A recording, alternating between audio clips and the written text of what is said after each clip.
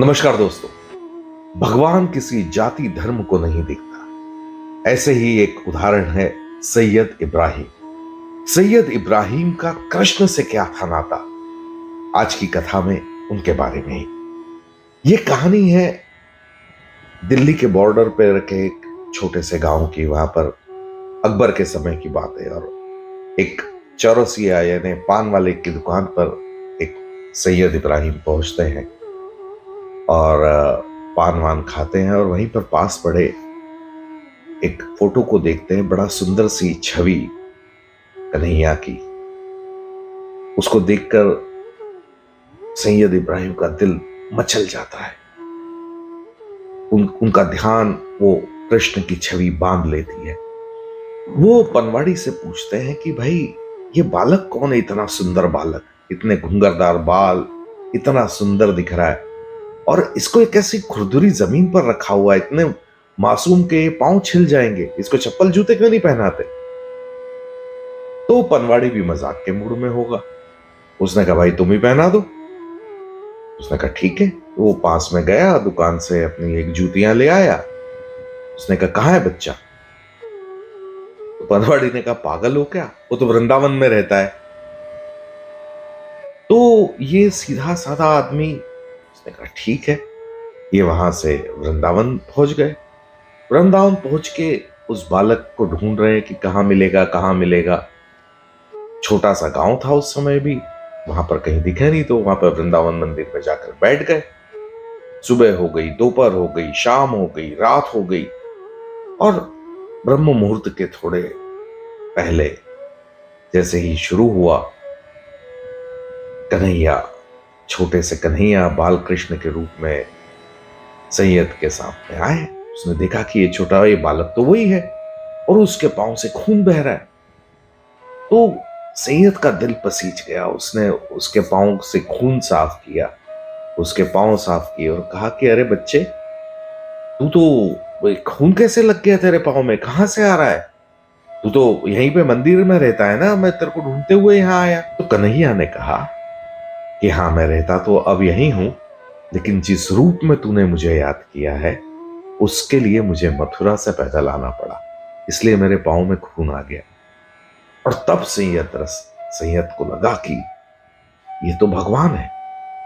और उस पल में जो उनका ट्रांसफॉर्मेशन हुआ, उसके बाद उन्होंने अपना पूरा जीवन कृष्ण भक्ति को समर्पित कर दिया और बाद में वो कहलाए महाकवि रसखान, जिन्होंने पूरा जीवन कृष्ण की रचनाओं में, कृष्ण की लीलाओं को लिखने में निकाल दिया। रसखान के बारे में एक और कथा कही जाती है कि एक बार वो जा रहे थे और भागवत कथा चल रही थी और वहां पर जिस तरह से कृष्ण की लीलाओं का वर्णन किया जा रहा था, जिस तरह से कृष्ण लीलाओं का बखान किया जा रहा था, वो वहां बैठ गए और उनके सामने ऐसी प्रभु की लीला हुई कि उनकी आंखों के सामने वो सारी लीलाएं उनको दिख रही थी और वहां से उनका जो है पूरा भावांतरण हुआ। एक आत्मा जो है वो परमात्मा से मिलने का, जिसको हम कहते हैं ना, वो जो योग जब पूरा होता है तब आप एक एनलाइट होते हो और वहां पर एनलाइटमेंट रसखान को हुआ। वो वहां पर भागवत कथा में जब सामने सारी चीजें दिख रही है, उनके आंखों के सामने ऐसा लग रहा है कि कृष्ण नाच रहे हैं, गा रहे हैं, गोपियों के संग नाच रहे हैं, मस्ती कर रहे हैं। कितना सुंदर उनको लगा होगा, किस तरह से उन्होंने महसूस किया होगा। देखिए रसखान कृष्ण के बारे में क्या खूबसूरत बात लिखते हैं। जिस तरह से उनकी लेखनी में वो रस आता है वो अद्भुत है। हालांकि खड़ी बोली में है, लेकिन आपको समझ में आ जाएगा। गावे गुनी गनिका गंधर्व ओ सारद, शेष सबे गुण गावे। यानी गुणी गंधर्व, शारदा मतलब सरस्वती, ये सब गुण गाती है जिनके। नाम अनंत गणंत गणेशा, जो ब्रह्मा त्रिलोचन पार न पावे। अनंत है, गणेश है, जो ब्रह्मा है, जो त्रिलोचन है, वो भी उनके पार नहीं पा सकते। जोगी जति तपसी अरु सिद्ध, निरंतर जाहि समाधि लगावे।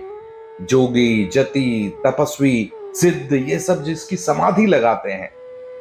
तही अहीर की छोरियां छछिया भरी छाछ पे नाच नचावे। और यही ग्वालन जो होती है, एक छोटे से जो छाछ की वो है मटकी, उसके लिए कन्हैया से नाच नचवा लेती है। कितनी सुंदर, कितनी अद्भुत बात है। मतलब आप एक तरफ ब्रह्मा विष्णु महेश योगी जप तप ये सब करने वाले भी कृष्ण को नहीं पा सकते, लेकिन वो प्रेम है गोपियों का, जो एक मटकी, छोटी सी मटकी भर छाछ के लिए कृष्ण से नाच नचवा लेती है। ऐसे हैं रसखान। मुसलमान होते हुए भी रसखान कृष्ण भक्ति में ऐसे डूबे कि वो हिंदू और मुसलमान के बीच सभी फर्क भूल गए, सभी अंतर भूल गए। क्योंकि जहां पर आत्मा का मिलन हुआ वहां पर जात पात धर्म कुछ नहीं रहा। रसखान, उनके काव्य, उनकी भक्ति, उसमें श्रृंगार और भक्ति दोनों ही मिलते हैं। कृष्ण के सगुण और निर्गुण दोनों रूपों के प्रति उनकी जो श्रद्धा थी वो अगाध थी। उनके सगुण कृष्ण जो है वो बाल लीला भी करते थे, रासलीला भी करते थे, फाग लीला भी करते थे, कुंज लीला करते थे। सभी क्रिया लीलाएं जो है जिस तरह से रसखान ने लिखी, वो कहते हैं ना कि भगवान बनता नहीं है, लेकिन रसखान ने उस सीमित परिधि में भी असीमित लीलाओं को इतना खूबसूरती से बांधा है। और गोकुल के महावन जाने जाने वाले रास्ते में रसखान की छतरी के नाम से मशहूर उनकी ये समाधि आज भी हिंदू मुस्लिम एकता का जो संदेश दे रही है, वो वाकई उनको सलाम करने का मन करता है।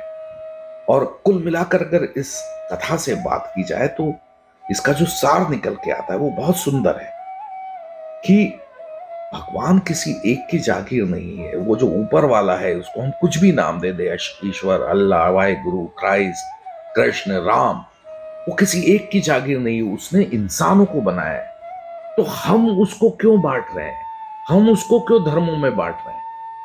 वो इंसान को उसने बनाया है, इंसान ने भगवान को नहीं बनाया है। तो ये बात दिमाग में रखने वाली है और इसीलिए हम प्रेम से रहे। उसके जिस तरह से रसखान कृष्ण के प्रेम में पड़े, वो प्रेम हम सबको नसीब हो। उस प्रेम के प्रति हमारी भी निगाहें खुल जाए, हमारी भी दृष्टि खुल जाए, हमारी भी आत्मा में वो प्रेम आए। इसी प्रार्थना के साथ मैं आपसे विदा लेता हूं।